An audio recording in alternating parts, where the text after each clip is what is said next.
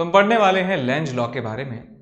तो लेंज ने अपने लॉ में बताया कि जो इंड्यूस्ड ईएमएफ की वजह से किसी लूप में जो करंट प्रोड्यूस होता है वो करंट कुछ इस तरीके से प्रोड्यूस होता है या करंट की डायरेक्शन इस तरीके से होती है कि जिससे वो उस सोर्स का अपोज कर सके जिस सोर्स की वजह से वो प्रोड्यूस हुआ है। यानी फ्लक्स में चेंज करने वाला जो हमारे पास कॉज है उस कॉज का ये अपोज कर सके, इस तरीके से करंट उसमें फ्लो करता है due to the induced EMF. एक एग्जांपल की मदद से हम समझते हैं इस कॉन्सेप्ट को, इस रूल को समझते हैं।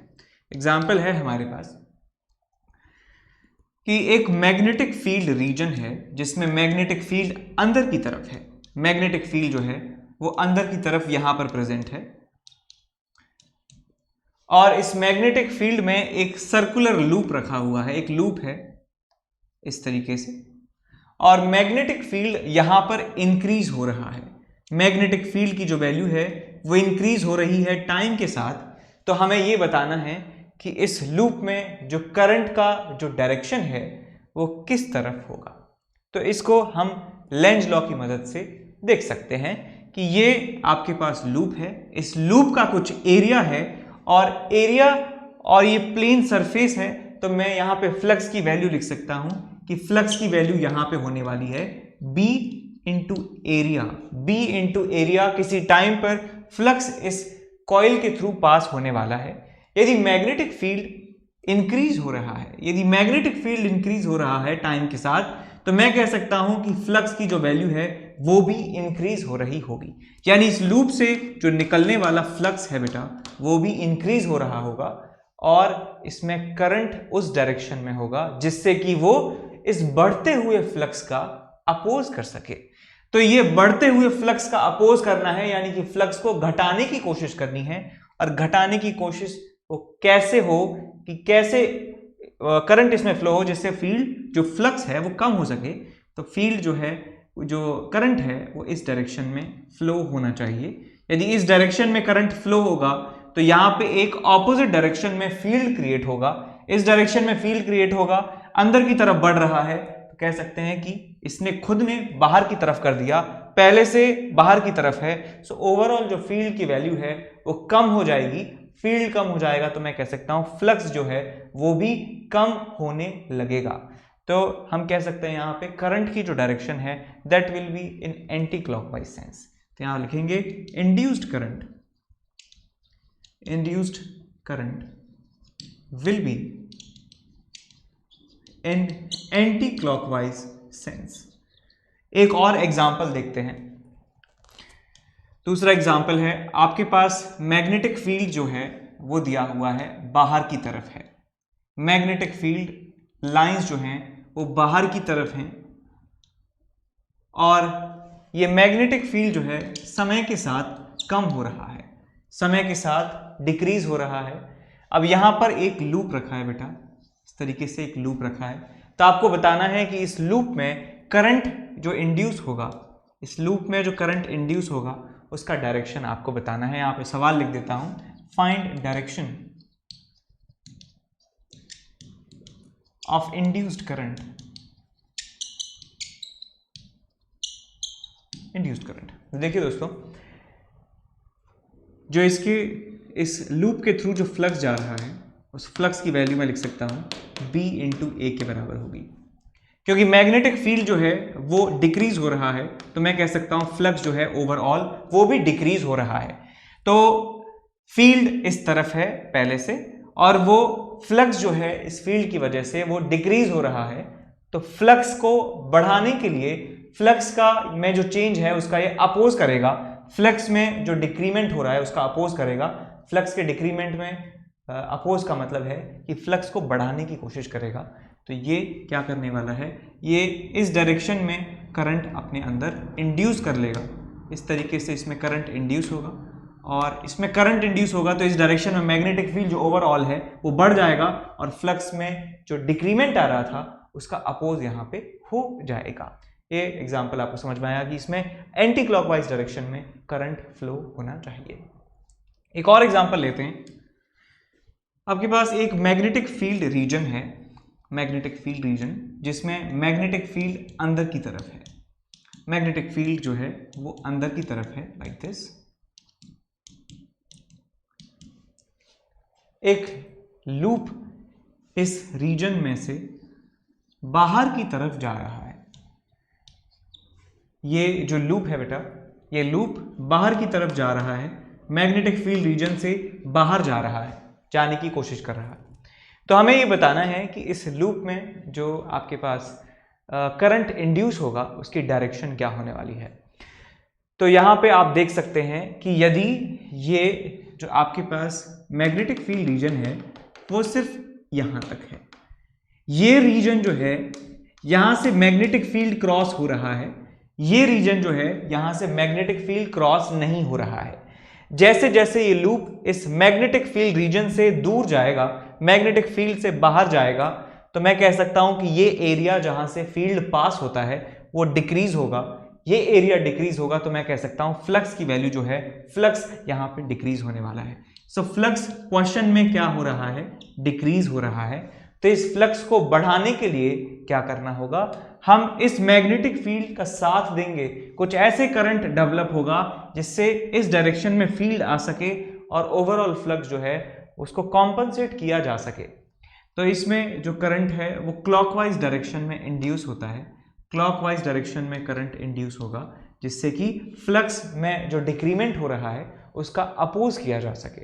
अब ये जो बात है सिर्फ सर्कुलर लूप के लिए ही नहीं, किसी रैंडम शेप का लूप भी होगा तब भी उसमें करंट का जो सेंस है वो सेम रहने वाला है। यदि यहाँ पे मैं सर्कुलर की जगह एक ऐसे ट्रायंगुलर लूप भी बना देता हूँ और ये बाहर की तरफ जा रहा है, तभी भी जो करंट का जो सेंस है वो इस तरीके से आपको देखने को मिलेगा। ठीक, करंट का सेंस समझ में आ गया। एक और एग्जांपल देखते हैं। एक आपके पास सर्कुलर लूप है लाइक दिस।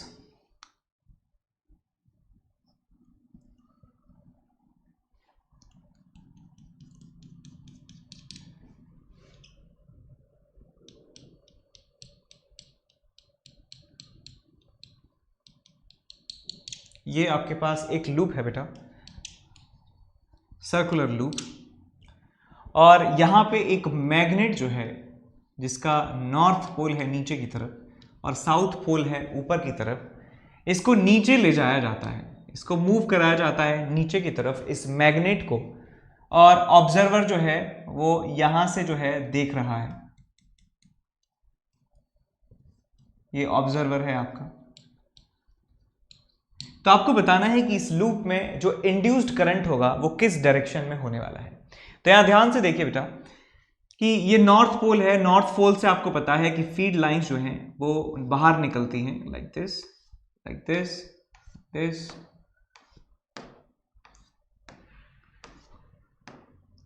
और इस तरीके से, इस तरीके से फील्ड लाइंस जो हैं वो यहां पर पास पास हैं, यहां पर फील्ड लाइन दूर दूर है। आपको ये प्रॉपर्टी पता होनी चाहिए मैग्नेटिक फील्ड लाइंस की कि मैग्नेटिक फील्ड लाइंस जहां पर पास पास होती हैं वहां पर इंटेंसिटी ज्यादा होती है, जब मैग्नेटिक फील्ड लाइंस दूर दूर होती हैं तो उनकी इंटेंसिटी मैग्नेटिक फील्ड की वहां पर कम होती है।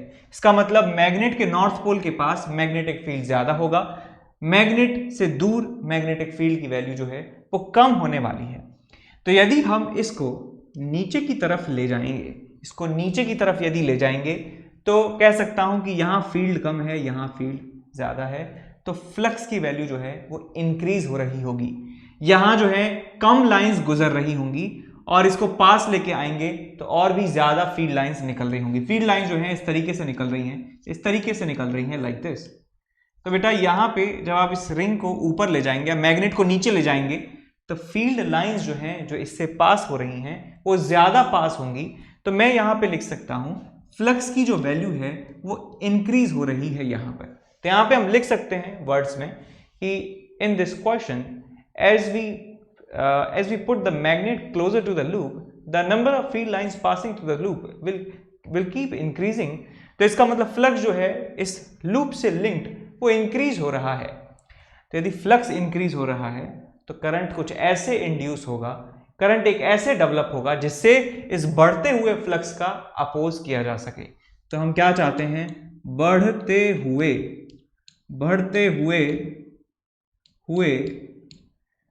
फ्लक्स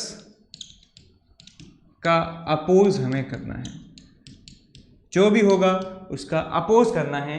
फ्लक्स बढ़ रहा है तो हम घटाएंगे उसको, और फ्लक्स घट रहा है तो बढ़ाने की कोशिश वहां पे की जाएगी। तो मैग्नेटिक फील्ड नीचे की तरफ है, इसका हमें अपोज करना है, तो इसमें ऐसे करंट डेवलप होना चाहिए जिससे कि ये खुद मैग्नेटिक फील्ड ऊपर की तरफ डेवलप कर सके और ओवरऑल फील्ड जो है वो कम हो सके, जिससे फ्लक्स जो है वो कम हो सके। तो यहाँ पे हम कह सकते हैं कि मैग्नेटिक जो करंट है यहाँ पे इलेक्ट्रिकल करंट, वो करंट ऐसे होना चाहिए, एंटी क्लॉकवाइज डायरेक्शन में होना चाहिए इस ऑब्जर्वर के रेस्पेक्ट में। इस ऑब्जर्वर के रेस्पेक्ट में एंटी क्लॉकवाइज सेंस में करंट डेवलप होना चाहिए। एक बात और ध्यान रखें आप, यदि कोई लूप है, उस लूप को ऊपर से देखें और लूप को नीचे से देखें तो क्लॉकवाइज और एंटी क्लॉकवाइज जो हैं वो स्विच हो जाते हैं। ऊपर का क्लॉकवाइज नीचे का एंटी क्लॉकवाइज होगा, ऊपर से देखने पर जो एंटी क्लॉकवाइज है वो नीचे से देखने पर क्लॉकवाइज होने वाला है।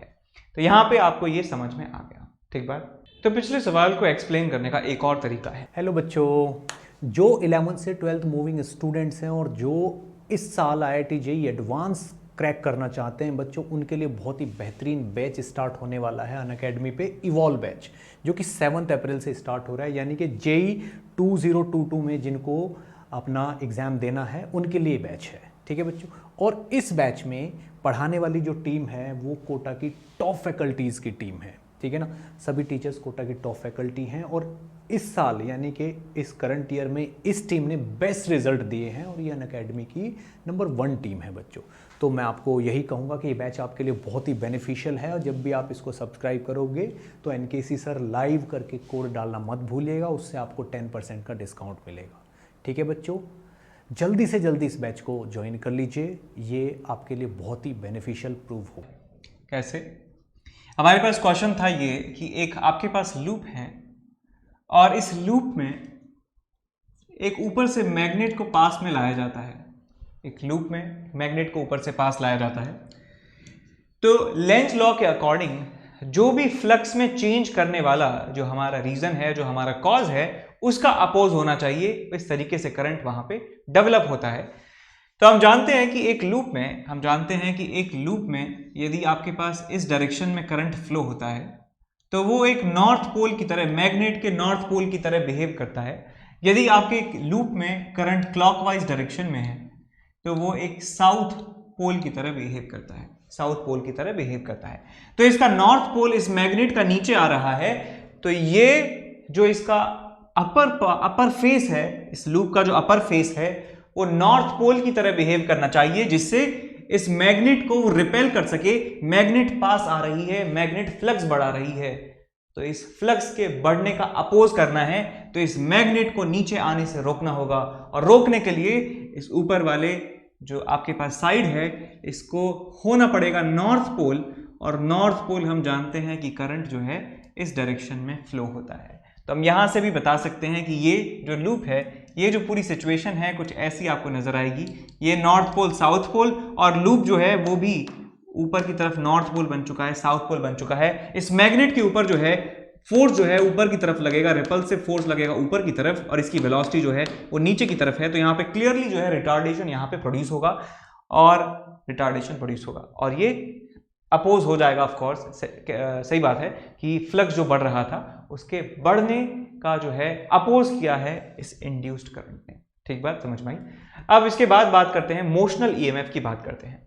Motional EMF